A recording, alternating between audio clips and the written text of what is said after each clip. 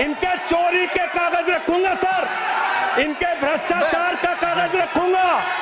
ये देश के किसानों का कर्जा माफ नहीं करते, नौजवानों का कर्जा माफ नहीं करते, मैं कागज रखूंगा सर। माननीय खेल मंत्री जी ने 17 लाख रुपए विनय फोगाट पे खर्चा किया, बताया आपके लिए शिक्षा के लिए पैसा नहीं, स्वास्थ्य के लिए पैसा नहीं, इलाज के लिए पैसा नहीं। 5,44,000 करोड़ रुपए का कर्जा 43 कंपनियों का बाकी था, उसमें से 3,53,000 करोड़ रुपए इन लोगों ने माफ कर दिया। इसका हिसाब दीजिए। ये भारत के बैंकों पर डकैती है सरकार की, इनके दोस्तों की, इनके लोगों की। सरकार से जब देश के लोग मांग करते हैं कि महंगाई कम कीजिए, तो सरकार कहती है पैसा नहीं है। देश के लोग जब कहते हैं किसानों का कर्ज माफ कीजिए, तो सरकार कहती है पैसा नहीं है। देश के लोग जब कहते हैं अग्निवीर जैसी योजना इस देश के नौजवानों के साथ और भारतीय सेना के साथ एक धोखा है सरकार का, इस योजना को खत्म करके पुरानी सेना की बहाली कीजिए, सरकार कहती है पैसा नहीं है। इस देश के कर्मचारी मान्यवर करोड़ों की संख्या में सरकार से मांग करते हैं कि हमारे पुराने पेंशन की बहाली कीजिए, सरकार कहती है हमारे पास पैसा नहीं है, हम आपकी पुरानी पेंशन बहाल नहीं कर सकते। इस देश के रेहड़ी पटरी वाले जब कहते हैं हमारे ऊपर कर्जा है, छोटी मोटी दुकान लगा के हम अपना रोजगार चलाते हैं, हमारे कर्ज को माफ कर दीजिए, सरकार कहती है पैसा नहीं है। जब इस देश के छात्र मान्यवर कहते हैं कि हम कर्जा लेके अपनी पढ़ाई कर रहे हैं, गरीबी में हैं, मुसीबत में हैं, हमारा कर्जा माफ कर दीजिए, सरकार कहती है हमारे पास पैसा नहीं है। मान्यवर, मैं आपके माध्यम से इस सरकार से पूछना चाहता हूं, छात्रों का कर्जा माफ करने के लिए आपके पास पैसा नहीं है, लेकिन इलाहाबाद विश्वविद्यालय का वो अजय यादव छात्र जो अपने हक के लिए वहां की विश्वविद्यालय के छात्र संघ की बहाली की मांग कर रहा है, उस पर 35 मुकदमे आपने कर दिया। 35 मुकदमे छात्र के ऊपर आप कर रहे हैं, उनका उत्पीड़न कर रहे हैं। हरियाणा का नौजवान हो, चाहे पंजाब का नौजवान हो, चाहे उत्तर प्रदेश और बिहार का नौजवान हो मान्यवर, अगर वो कहता है, राजस्थान का नौजवान कहता है ये अग्निवीर की योजना हमारे साथ धोखा है, पुरानी सेना की बहाली कीजिए, आप कहते हैं पैसा नहीं है। मैं आज ज्यादा लंबी बात नहीं करूंगा। आपके लिए शिक्षा के लिए पैसा नहीं, स्वास्थ्य के लिए पैसा नहीं, इलाज के लिए पैसा नहीं। मैं आज पूरे देश को बताना चाहता हूं कि आपका पैसा कहां गया, कहां बैंकों में जमा हिंदुस्तान के आम आदमी का पैसा कहां गया। मैं इतनी ही बात कह के आज अपनी बात को खत्म करूंगा। मान्यवर, एक योजना इन्होंने निकाली, हेयर कट योजना, अंग्रेजी में उसका नाम दिया हेयर कट, यानी बड़े बकायेदार जो हजारों करोड़ के बकायेदार हैं, उनका हेयर कट यानी मामूली कर्जा उनका माफ करके ज्यादा कर्जा उनसे वसूला जाएगा। इसकी सच्चाई क्या है? इसकी सच्चाई क्या है मान्यवर? 5,44,000 करोड़ रुपए का कर्जा 43 कंपनियों का बाकी था, मात्र 43 कंपनियों का, और उसमें से 3,53,000 करोड़ रुपए इन लोगों ने माफ कर दिया। 3,53,000 करोड़ मान्यवर, ये पैसा उतना पैसा है मान्यवर जिससे देश भर के रेहड़ी पटरी वालों को राहत दी जा सकती है। ये पैसा उतना पैसा है मान्यवर कि अग्निवीर योजना को खत्म करके पुरानी सेना की बहाली की जा सकती है। ये पैसा उतना पैसा है जितना कांग्रेस की सरकार में 70,000 करोड़ रुपए का किसानों का कर्जा माफ किया गया था। 5 बार ऐसे किसानों का कर्जा 70,000 करोड़ रुपए माफ किया जा सकता है। उतना कर्जा आपने मात्र 43 कंपनियों का माफ कर दिया। मैं उन कंपनियों के नाम पढ़ के आपके सामने बताना चाहूंगा। मान्यवर, वो कंपनियां कौन सी हैं? आप कहते हैं आप दुनिया की 5वीं बड़ी अर्थव्यवस्था हैं।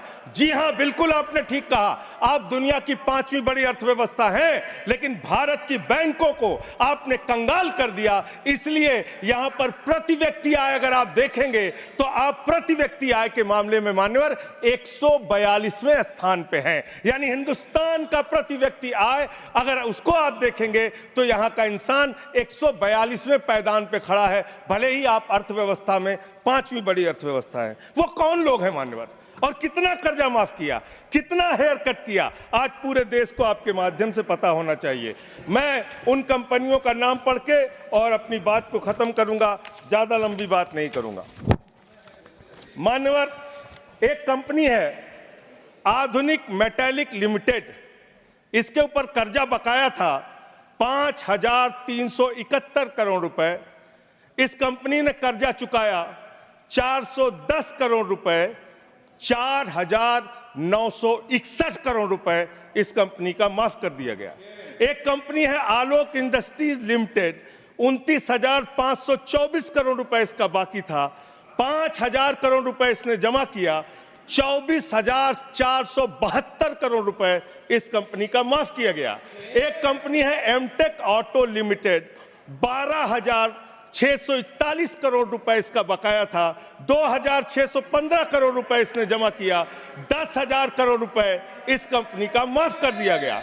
एशियन कलर कोटेड इस्पात लिमिटेड, 6,567 करोड़ रुपए इस कंपनी का बाकी था। ऑथेंटिकेट करेंगे ऑथेंटिकेट करेंगे ना सर हाँ, तो ऑथेंटिकेट कर देना। हाँ, कंटिन्यू। मैं ऑथेंटिकेट ज्यादा लंबा नहीं सर, पहले कंप्लीट करिए। ये कॉर्पोरेट अफेयर्स मिनिस्ट्री का है जवाब, कॉर्पोरेट अफेयर्स मिनिस्ट्री का। Sir continue. Sir, Asian colour coated इस्पात लिमिटेड, 6,567 करोड़ रुपए इस कंपनी का बकाया था, 1,538 करोड़ रुपए इन्होंने जमा किया, 5,029 करोड़ रुपए इस कंपनी का माफ कर दिया गया। भूषण एनर्जी लिमिटेड, 2,780 करोड़ रुपए इस कंपनी का बकाया था, 730 करोड़ रुपए इसने जमा किया, 2,000 करोड़ रुपए इस कंपनी का माफ कर दिया गया। Bhushan power and steel limited, 47,158 crore रुपए बाकी था, 19,350 करोड़ रुपए जमा किया, 27,808 करोड़ रुपए माफ कर दिया गया। भूषण स्टील लिमिटेड, 56,022 करोड़ रुपए इस कंपनी का बकाया था, 35,571 करोड़ रुपए इसने जमा किया, 20,451 करोड़ रुपए माफ कर दिया गया। कैटेक्स टेक्नोलॉजीज लिमिटेड, 7,522 करोड़ रुपए इसका बाकी था, 1,266 करोड़ रुपए इसने जमा किया, 6,256 करोड़ रुपए इसका माफ कर दिया गया। 10 एक्सपोर्ट प्राइवेट लिमिटेड, 4,800 करोड़ रुपए इसका बकाया था, 27 करोड़ रुपए इसने जमा किया, 4,773 करोड़ रुपए इसका माफ कर दिया गया। डेकन क्रॉनिकल होल्डिंग्स, 8,181 करोड़ रुपए इसका बकाया था, 358 करोड़ रुपए इसने जमा किया, 7,821 करोड़ रुपए माफ कर दिया गया। दीवान हाउसिंग फाइनेंस लिमिटेड, 87,000 करोड़ रुपए इसका बाकी था, 37,161 करोड़ रुपए इसने जमा किया, 49,922 करोड़ रुपए इसका माफ कर दिया गया।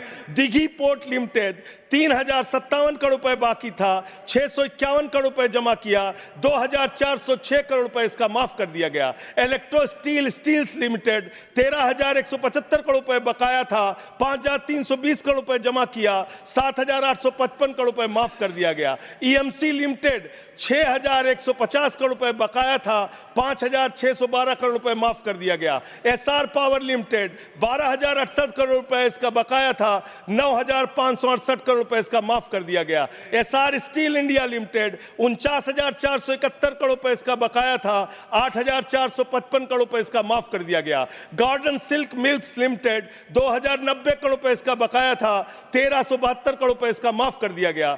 Gupta Infratech private limited, 3,327 crore रुपए इसका बकाया था, 3,257 करोड़ रुपए इसका माफ कर दिया गया। Jet Airways India limited, 7,454 crore रुपए इसका बकाया था, 6,444 करोड़ रुपए इसका माफ कर दिया गया। ज्योति स्ट्रक्चर्स लिमिटेड, 7,365 करोड़ रुपए इसका बकाया था, 3,674 करोड़ रुपए इस कंपनी का माफ कर दिया गया।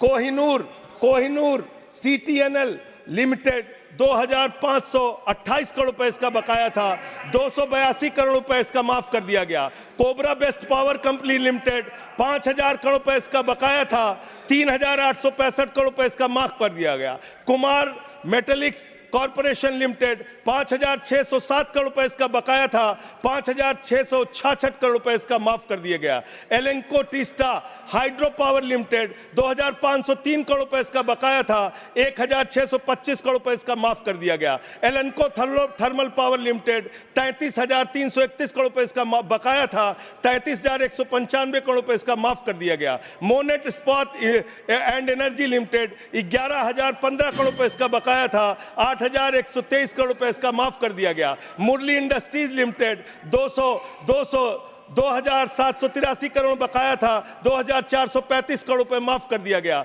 Orissa pipelines infrastructure limited 3387 crore बकाया था, 1034 करोड़ रुपए माफ कर दिया गया। आर्किड फार्मा लिमिटेड 3527 करोड़ बकाया था, 2492 करोड़ माफ कर दिया गया। Orissa मैग्नेस and minerals limited 5389 crore रुपए बकाया था, 5079 करोड़ रुपए माफ कर दिया गया। प्रदीप लिमिटेड प्रदीप ओवरसन्स लिमिटेड 2650 करोड़ बकाया था, 2524 करोड़ माफ कर दिया गया। राम स्वरूप इंडस्ट्रीज लिमिटेड 5800 करोड़ रुपए बकाया था, 5500 करोड़ रुपए माफ कर दिया गया। रिलायंस इंफ्रास्ट्रक्चर लिमिटेड 41,000 करोड़ बकाया था, 36,000 करोड़ माफ कर दिया गया। रिको इंडिया 1700 करोड़ बकाया था, 1500 करोड़ माफ कर दिया गया। रुचि सोया 9000 करोड़ बकाया था, 5000 करोड़ माफ कर दिया गया। साई बर्धा 4738 करोड़ बकाया था, 4103 करोड़ माफ कर दिया गया। SCL मैन्युफैक्चरिंग लिमिटेड 7242 करोड़ बकाया था, 6192 करोड़ रुपए माफ कर दिया गया। स्पेलन मेटल प्रोडक्ट्स लिमिटेड 3632 करोड़ बकाया था, 3194 करोड़ माफ कर दिया गया। उज्जैन इंटरनेशनल लिमिटेड 3293 बकाया था, 3096 करोड़ माफ कर दिया गया। उत्तम गलवा मेटेलिक्स लिमिटेड 3634 करोड़ बकाया था, 2523 करोड़ माफ कर दिया गया। उत्तम वैल्यू प्राइवेट लिमिटेड 2479 करोड़ बकाया था, 1661 करोड़ रुपए माफ कर दिया गया। जियान स्टील प्राइवेट लिमिटेड 5367 करोड़ बकाया था, 5352 करोड़ माफ कर दिया गया। मान्यवर ये मेरे घर में बनाया गया आंकड़ा नहीं है। मान्यवर ये मेरे घर पे बनाया गया आंकड़ा नहीं है, ये मेरे घर पे बनाया गया आंकड़ा नहीं है। मान्यवर मैं अपनी बात कहना चाहता हूं, मैं कंक्लूड कर रहा हूं सर, मैं कंक्लूड कर रहा हूं, उनको चुप कराए। ये मेरे घर के बनाया हुआ कागज नहीं है, ये सरकार के द्वारा उपलब्ध कराया गया कागज है। हेयर कट के नाम पर आपने गर्दन कट किया है। 5,44,000 करोड़ रुपए, 5,44,000 करोड़ रुपए जो बकाया था 43 कंपनियों का, उसमें से 3,53,000 करोड़ रुपए आपने माफ किया है। इसका हिसाब दीजिए। ये भारत के बैंकों पर डकैती है सरकार की, इनके दोस्तों की, इनके लोगों की। मान्यवर बस अंत कर रहा हूँ, अंतिम एक लाइन सर बड़े दुख के साथ अंतिम लाइन कहना पड़ा। 1 मिनट सर, अंतिम डॉक्यूमेंट दे रहे ये ऑथेंटिकेट करूंगा sir, I will authenticate it sir, authenticate it sir. अंतिम एक लाइन सर, सर अंतिम एक लाइन सर, आप सर अंतिम एक लाइन सर दीजिएगा। ये सारा आंकड़ा मैं दूंगा, NCLT के जरिए होगा सर, ये NCLT के जरिए होगा। मान्यवर मुझे अपनी बात कहने दीजिए। मान्यवर अच्छा बैठ, एक मिनट बैठ जाओ, आप खत्म कर रहे हैं। एक मिनट खत्म करो, आप इधर बैठ जाओ, आप इधर बैठ जाओ, आप इधर बैठ जाओ। 1 मिनट शांत रहो। ये 1 मिनट में शांत रही। ये NCLT के जरिए होगा ना? ऑथेंटिकेट करूंगा सर, ऑथेंटिकेट करूं। आपने कहा ऑथेंटिकेट करूंगा, कागज रखूंगा सर, और क्लैरिफिकेशन सर कागज रखूंगा, इनके चोरी के कागज रखूंगा सर। इनके भ्रष्टाचार का कागज रखूंगा। ये देश के किसानों का कर्जा माफ नहीं करते, नौजवानों का कर्जा माफ नहीं करते। मैं कागज रखूंगा sir. Next speaker is Debashish Samantaray. Debashish Samantaray. Debashish Samantaray. अरे वो बैठ गया, अभी हमें को बोलने दीजिए। अरे हमें तो बोलने दीजिए। क्या रह गया अभी? क्या है? Thank you sir.